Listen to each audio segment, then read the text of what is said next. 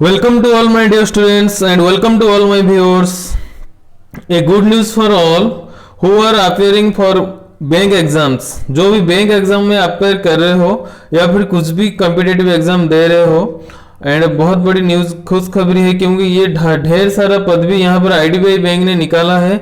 जैसे कि आप देखते हो यहाँ पर 920 जो एग्जीक्यूटिव का पोस्ट है, जो आपका पहले कुछ 1 साल तकरीबन आपका जो होगा ट्रेनिंग हो सकता है, उसके बाद आपको एज ए मतलब आफ्टर 3 इयर्स आप एक मैनेजर पोस्ट तक जा सकते हो, असिस्टेंट मैनेजर, यही है यहाँ पर। एंड हाँ, यहाँ पर हम देखेंगे, चलो डिटेल्स में हम बात करेंगे कितने, ये तो पोस्ट में बता दिया 920, एंड कौन सा कैटेगरी में कितना कितना पोस्ट है, एंड उसी के साथ ही साथ आपका एजुकेशनल क्वालिफिकेशन क्या होना चाहिए, एंड एज क्या होना चाहिए, मतलब कौन सा एज कम से कम कितना एज होना चाहिए एंड मैक्सिमम कितना एज होना चाहिए, कौन सा कैटेगरी में क्या है।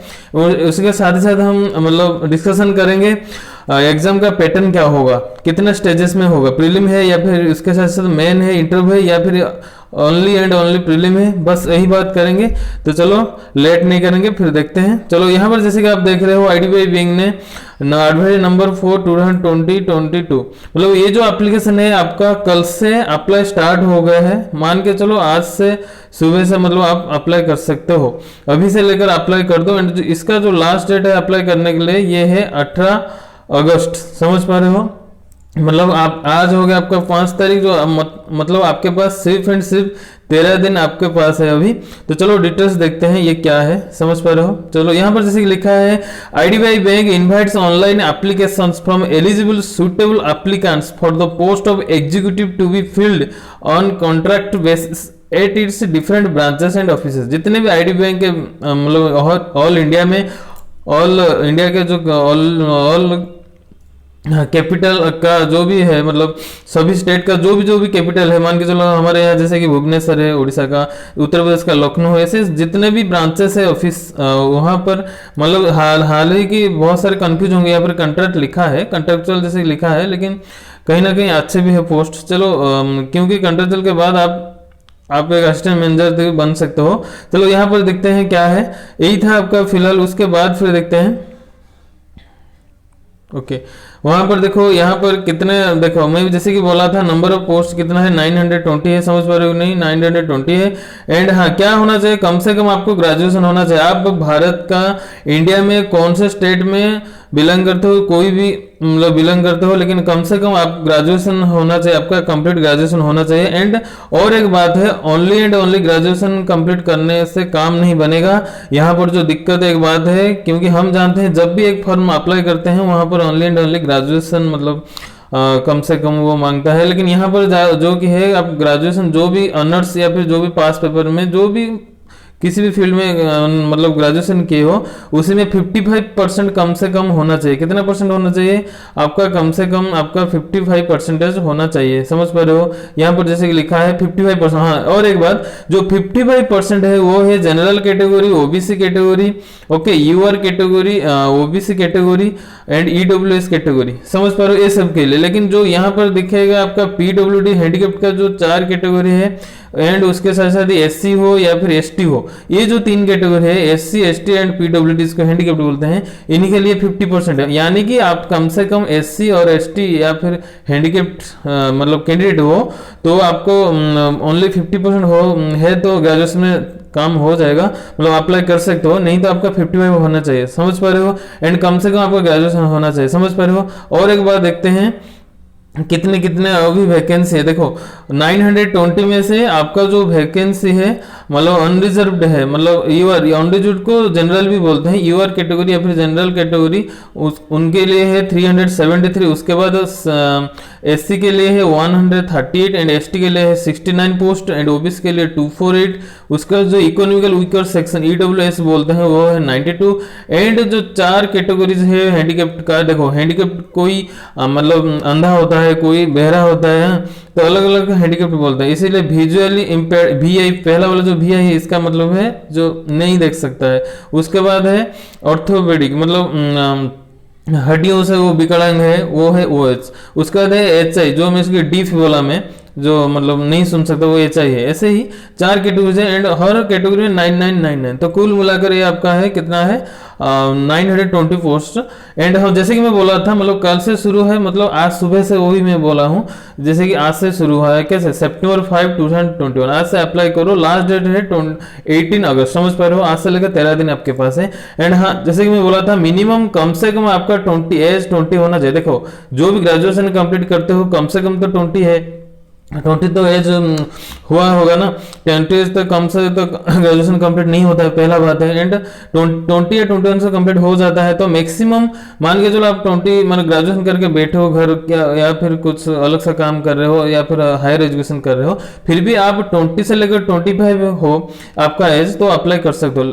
इसका मतलब है मिनिमम आपका 20 एज होना चाहिए, लेकिन ग्रेजुएशन करने से काम नहीं बने, उसे साथ ही साथ कम से कम 20 एंड मैक्सिमम, जिससे ज्यादा होगा तो नहीं होगा, मतलब वो है आपका 25, समझ पा रहे हो। हाँ, और एक बात है, आप पूछ सकते हो किसी कैटेगरी के लिए, वही मैं बोला हूँ, ये जो है आपका अनरिजर्व्ड कैटेगरी के लिए, जनरल कैटेगरीज के लिए मैक्सिमम है 25, नहीं तो एज रिलैक्सेशन भी है, जैसे कि SC एंड ST के लिए आप 5 साल का एज रिलैक्सेशन है, समझ पा रहे हो। SC ST OBC ए वालों के लिए 5 साल का है, मतलब मैक्सिमम एज वहां पर 30 तक जाएगा, नहीं तो जनरल एंड EWS कैटेगरी के लिए 25 है। लेकिन कम से कम कोई भी कैटेगरी से बिलोंग करते हो कम से कम तो 20 है, लेकिन जो 25 है ओनली जनरल एंड EWS, नहीं तो बाकी SC ST OBC के लिए 5 साल है, वो जो बाद में भी हम यहाँ पर डिस्कशन करेंगे। ओके, और एक बहुत बड़े मतलब बहुत इंपॉर्टेंट भी बात है, मान के चलो यहाँ पर 55% दिया है, मेरे जो 50% SC ST हैंडिकैप बारे में बोला वो तो बाद में बात करेंगे, लेकिन इन जनरली जो 55% है जनरल एंड आपका जो है OBC एंड EWS कैटेगरी के लिए,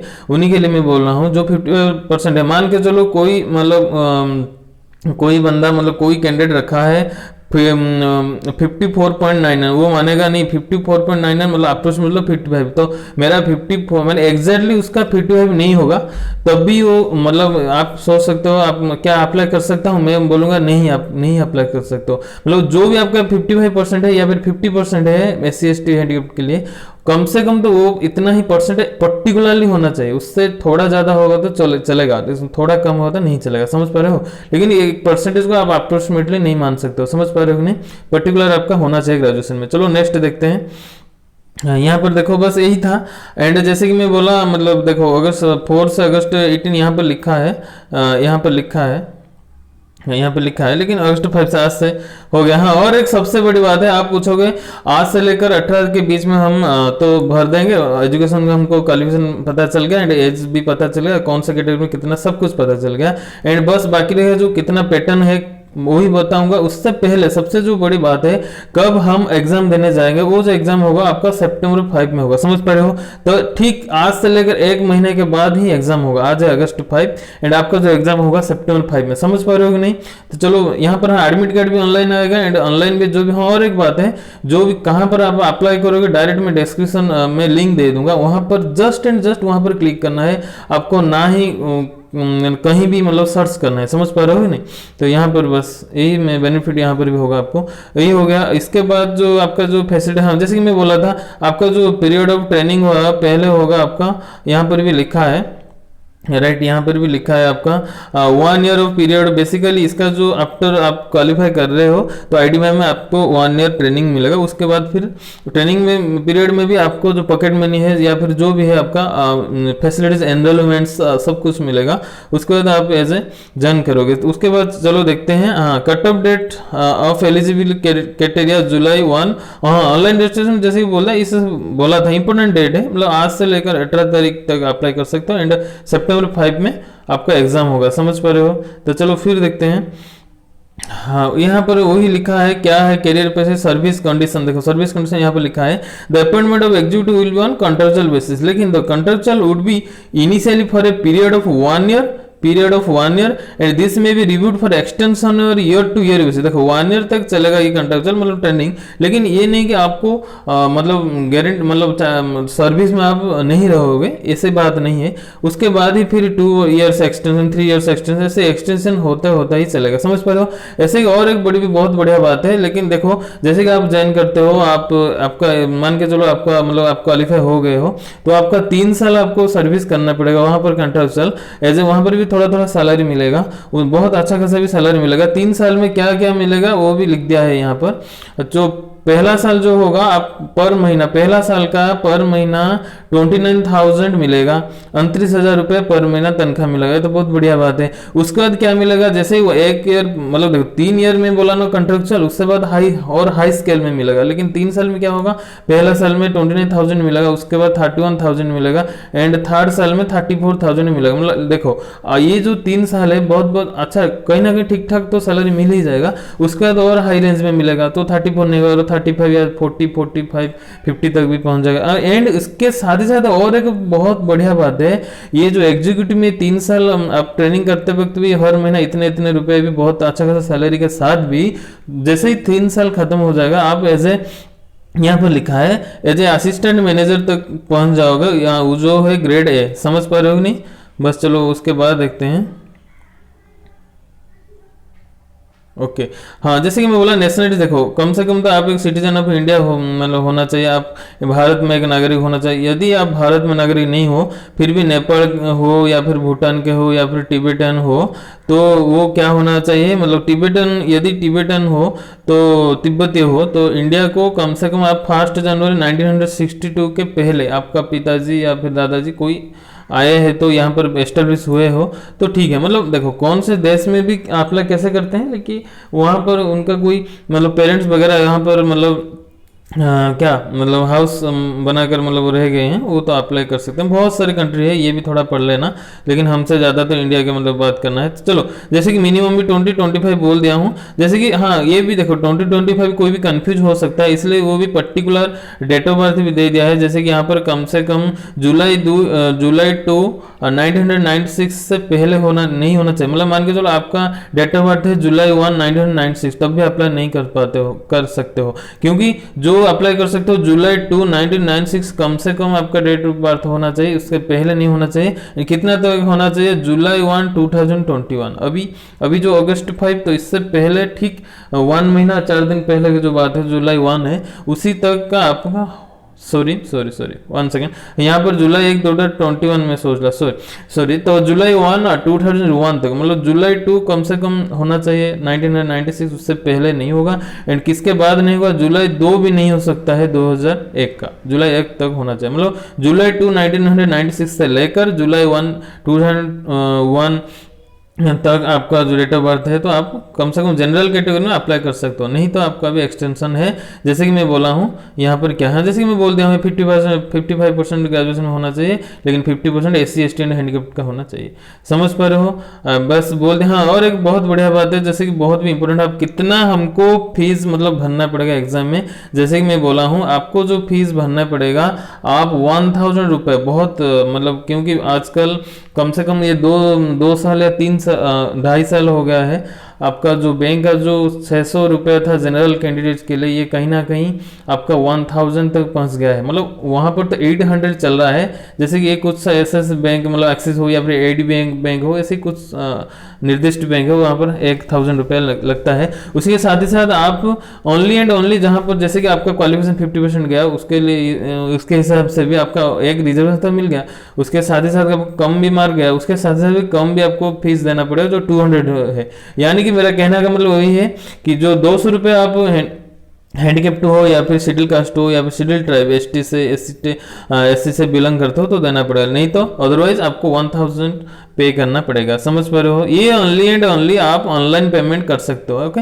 और देखो ऑनलाइन कैसे पेमेंट कर सकते हो मैं बोल देता हूँ। आप डेबिट कार्ड से पेमेंट कर सकते हो, क्रेडिट कार्ड से पेमेंट कर सकते हो। देखो जैसे कि सब फॉर्म अच्छे तरह से फिलअप करके लास्ट में पेमेंट करोगे तो यही होगा, मतलब आपका डेबिट कार्ड मांगेगा या फिर ATM मतलब डेबिट कार्ड डिटेल्स यहाँ वहाँ पर कटा सकते हो। जैसे कि ऑनलाइन ट्रांजैक्शन जो भी है, आपका UPI है, मतलब भीम है, अमेजन है, जैसे कि UPI कुछ भी आपका मतलब एप्लीकेशन है, वहाँ से भी आप ये कर सकते हो। समझ पर, या फिर ऑनलाइन बैंकिंग से, नेट बैंकिंग से आप ये कर सकते हो। मतलब ये जो एप्लीकेशन होगा पूरी से पूरी ऑनलाइन में एप्लीकेशन ये फॉर्म भरा जाएगा, ये नहीं कि ऑफलाइन में बाई हैंड आपको मतलब भेजना है कहीं। समझ पा रहे हो? तो वही दिया है देखो। हाँ यही दिया है। उसके बाद और एक बात है, क्या क्या मतलब होना चाहिए हम हमारे पास अप्लाई करने वक्त। अप्लाई करने के बाद आपको पहले तो एक फ़ोटो होना चाहिए, उसके बाद एक सिग्नेचर होना चाहिए। ये जो दोनों चीज़ें आप अभी नहीं रखे हो तो इसको बनाकर आप साइबर कैफ या फिर इंटरनेट से इसको स्कैनिंग कर लो। आपका जो पासपोर्ट है उसको अच्छी तरह से स्कैनिंग कर सकते हो, स्कैनिंग करके रख लो। हाँ और एक मैं बात बताऊंगा कितने साइज में होना चाहिए एंड इस ये भी जो कितना केबी में, मतलब देखो 50 केबी एक इमेज।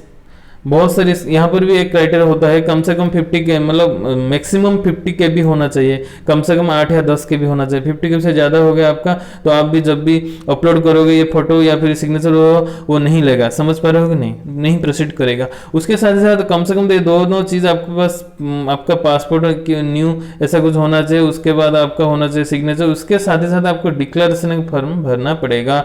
आपको जहाँ जो कि घोषणानामा जिसको बोलते हैं वो आपको देना पड़ेगा। समझ पा रहे हो कि नहीं। जैसे कि यहाँ पर देखो डिक्लेरेशन लिखा है, ये जो मतलब देखो ये जो डिक्लेरेशन लिखा है इसको अच्छे से क्या करना है, आपको अपने पास जो भी आपके पास होगा, आपको रफ शीट होगा या फिर एकदम व्हाइट कलर का जो भी पेपर होगा वहां पर ये लिख लो इन्वर्टेड कमा में आई, उसके बाद कमा देकर एकदम डैश ब्लैंक, उसके बाद ब्रैकेट में नेम ऑफ द कैंडिडेट, नहीं देखो sorry name of the candidate आपको नहीं लिखना है, आई डैश वहां पर आपका नाम लिखना है क्योंकि नेम ऑफ द कैंडिडेट दिया, ये नेम ऑफ द कैंडिडेट नहीं लिखना है। आई कमा डैश का आपका नाम, फिर कमा देकर here bye declare that all the information submitted by me in the application form is correct true and valid, I will present the supporting documents. ये क्या करना है, जो आपको पास फोटो हो गया, सिग्नेचर है, इसका भी इससे लिख के मतलब आपको स्कैनिंग एक कॉपी आपके पास ऑनलाइन में होना चाहिए, जैसे फॉर्म भरने वक्त आपका सहायक होगा। समझ पा रहे हो। बस और एक बात है इंटीमेशन चार्ज, हाँ वही तो मैं बोला हूँ, जैसे कि फी एप्लीकेशन फी या फिर इंटीमेशन चार्ज 200 रुपया हैंडीकेप्ड एंड SC/ST के लिए, नहीं तो बाकी कैटेगरी के लिए 1000 रुपया एप्लीकेशन फी। समझ पा रहे हो। बस आपका हो गया। बस ऐसे ही आपका देखो कहाँ पर जाना है, मैं तो लिंक दे दूंगा फिर भी आप देख लो।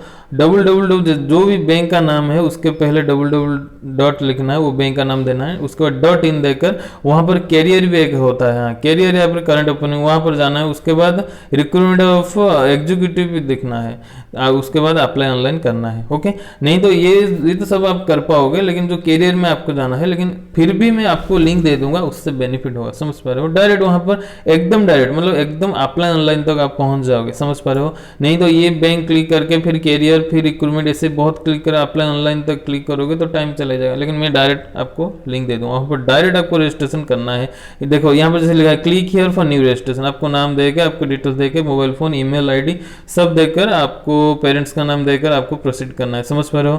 तो चलो यहाँ पर देखते हैं। बस यही था आपके लिए डाटा था। लास्ट में देखते हैं हाँ क्या होना चाहिए कम से कम। देखो आपका जो एग्जाम होगा वो 1.5 घंटा का होगा। समझ पा रहे हो। 1.5 घंटा मतलब यानी कि 90 मिनट्स का होगा। ये जो पेपर होगा आपको 150 क्वेश्चंस का होगा। सब समझ पा रहे हो। एंड ईच क्वेश्चन +1 मार्क रहेगा ईच करेक्ट करते हो, मतलब 150 क्वेश्चन 150 मार्क। लेकिन यदि रंग होता है, एक क्वेश्चन आपका रंग हो गया है, इनकरेक्ट हो गया, तो 0.25 नेगेटिव के मार्क तौर पर -0.25 हो जाएगा। समझ पा -0.25 आपको कटेगा। मतलब 4 क्वेश्चन भूल करते हो तो गलत करते हो तो 1 मार्क कटेगा। समझ पा रहे हो। एक क्वेश्चन के लिए +1, एक गलत क्वेश्चन के लिए -0.25। समझ पा रहे हो। आपका जो है आपको 1.5 घंटा मिलेगा, यानी कि 90 मिनट्स में आपको 150 क्वेश्चंस करने पड़ेगा। इन 3 ही सेक्शन। सबसे बड़ी बात है बैंक में अलग से भी सेक्शन होता है, लेकिन ये ओनली एंड ओनली जैसे कि प्रीलिम होता है, जैसे कि सब जानते हो प्रीलिम में क्या होता है कि 100 मार्क्स होता है, जहाँ की रीजनिंग में 35 रहता है एंड एप्टीट्यूड मतलब मैथमेटिक्स में वहाँ पर भी 35 रहता है, मतलब 35 70 हो गया। एंड 30 पूछता है इंग्लिश में, वहाँ पर 100 होता है। लेकिन ये थोड़ा उसी पार्ट को मेन टाइप में मतलब ज़्यादा 100 नहीं तो 150 मार्क थोड़ा 50 मार्क ज़्यादा कर दिया। यानी कि देखो मेन जो एग्जाम होता है अलग सा आप IBPS उठा के चेक लो या फिर SBI, वहाँ पर क्या होता है ये 3 सब्जेक्ट नहीं, इसके साथ ही साथ बैंकिंग अवेयरनेस, करंट अफेयर बहुत कुछ भी और 2-3 भी आता है। लेकिन यहाँ पर वही मतलब इससे यहाँ पर एक आसानी बात यही है कि ये 3 ही आपको सेक्शन है, वहाँ पर से बस जहाँ पर आप देते हो एग्जाम मतलब 35 ऐसे ही क्वेश्चन, वहाँ पर जस्ट वो 50 हुआ है, बस 3 ही सेक्शन में एज यूजुअल जो सभी के लिए हर एग्जाम के लिए कॉमन होता है, रीजनिंग, क्वांटिटेटिव एप्टीट्यूड मतलब मैथमेटिक्स एंड इंग्लिश, वही सभी सेक्शन में 50 क्वेश्चन आएगा एंड 1.5 घंटा रहेगा आपको। एंड एग्जाम के वक्त आपको कैसे करना, मैं एक थोड़ा ट्रिक देता हूँ। देखो इसको 30 मिनट बना लो, 30 आपको रीजनिंग में 30 मिनट में 50 क्वेश्चन, ये 30 मिनट 50 क्वेश्चन, ये 30 मिनट 50 क्वेश्चन। या फिर आपको लगता है जो भी सेक्शन ईजी है बहुत जल्द हो जाएगा, तो जो टाइम लेगा उस वहाँ पर टाइम ज़्यादा दो, जो भी सेक्शन कम है उस वहाँ पर कम दो। मान के चलो मैं रीजनिंग में 20 मिनट्स में 50 क्वेश्चन कर दूंगा, तो यहाँ पर तो 30 मिनट से नहीं लेना है हमको वहां पर तो 10 मिनट बच जाएगा, जो बच जाएगा आपको मैथमेटिक्स में इन्वेस्ट कर सकते हो टाइम, समझ पा रहे हो? ऐसे ही करना है आपको। एंड मत करो कुछ भी गलत, मतलब छोड़ के नहीं अटेम्प्ट कर पाए तो ठीक है, मतलब गलत करने से फिर बहुत पीछे चल जाएगा। वही है जैसे कि मैं बोला हूँ, मैं थोड़ा बता देता हूँ। फोटोग्राफ जो आप भेजोगे या फिर स्कैनिंग करेगा आप मोबाइल से, या फिर आपके पास होगा, या फिर साइबर कैफ से, वहाँ पर कम से कम देखो जो बैकग्राउंड आपका होगा आपको ब्लू या फिर व्हाइट रख लो, बेस्ट होगा। मतलब बैकग्राउंड एकदम क्लियर कट होना चाहिए। एंड जो आपका हाइट होना चाहिए इमेज का 4.5 इंटू 3.5 सेंटीमीटर, समझ पा रहे हो? उसके बाद क्या होना चाहिए आपका, जो देखो कैप फेप वगैरह चश्मा ये कुछ भी नहीं पहनना है आपको, सीधे साधे आपका फोटो होना चाहिए। आपका बिहाइंड में कुछ बैकग्राउंड अलग सा नहीं होना चाहिए, ओके। अरे आपका आई जो रेड आई या फिर फ्लैश लाइट से होना नहीं चाहिए। ये तो सब ठीक ठाक है, सब बना लेंगे। लेकिन जो 2 बड़ी बात है यहाँ पर लिखा है, जैसे कि आपको कम से कम 200 एंड 300 पिक्सल होना चाहिए आपका फोटो। एंड सबसे बहुत बड़ी बात है जो मतलब फोटो या फिर सिग्नेचर कुछ भी में जो भी अपलोड करते हो, ये सबसे बड़ी बात, सभी ले लेगा लेकिन यही नहीं लेगा। जो इसका साइज देखो कम से कम 20 KB होना चाहिए, मिनिमम 20 KB आपका फोटो का साइज होना चाहिए एंड मैक्सिमम 50 KB होना चाहिए, समझ पा रहे हो? जैसे कि देखो यहाँ पर तो आपका फोटो का 20 से लेकर 50 KB तक होना चाहिए। उसके बाद क्या है आपका, यहाँ पर भी देख सकते हो, ओके, यहाँ पर भी देख सकते हो। यहाँ पर बस वही सिग्नेचर का भी क्या है, सिग्नेचर है 10 KB। और एक बात मैं भूल गया, आपका जो लेफ्ट अंगूठा है, लेफ्ट थंब, ओके, जो बाएं हाथ का जो लेफ्ट थंब है, फर्स्ट फिंगर है जो लेफ्ट थंब, उसका भी आपको एक क्या करना है आपको, मतलब उसका भी आपका जो थंब, आपका थंब जो स्टाम्प पेपर है, स्टाम्प पैड, तो स्टाम्प पैड से आपका अंगूठा ले लेना है, उसका भी स्कैनिंग कर लेना। मतलब 4 ही चीज़ आपको चाहिए। फोटो चाहिए कम से कम वो 20 KB से लेकर 50 KB तक उसका मतलब KB होना चाहिए इमेज। उसके साथ उसके बाद आपका जो सिग्नेचर होना चाहिए वो 20 KB से लेकर 10 KB से लेकर 20 KB होना चाहिए। उसके बाद जो है आपका जो मतलब थंब आप दोगे, वो थंब जो होगा आपका 20 KB से 50 KB तक होना चाहिए, समझ पा रहे हो? बस इतना ही आपको देना पड़ेगा। एंड हाँ यस, लास्ट में जो अब मैं डिक्लेरेशन बोला था वो होना चाहिए 50 KB से 100 KB तक। और एक बार मैं मतलब रिपीट कर देता हूँ, जो आपका 4 ही चीज़ चाहिए। पहले एक बोलता हूँ, जो फोटो कम से कम 20 KB उसका होना चाहिए, 20 KB से लेकर 50 KB तक। उसके बाद जो सिग्नेचर है, सिग्नेचर 10 KB से 20 KB तक। उसके बाद जो है आपका थंब, लेफ्ट अंगूठा का जो मतलब स्टाम्प पैड से लिए होगे लेफ्ट थंब इम्प्रेशन, उसका 20 KB से 50 KB तक। उसका जो थोड़ा बड़ा है डिक्लेरेशन, इसलिए 50 KB से 100 KB तक, समझ पा रहे हो? बस इतना ही था आपका इन्फॉर्मेशन। आशा करता हूँ आप समझ पाए हो। And best of luck to all and thank you for this information and must share this. Thank you, thanks a lot.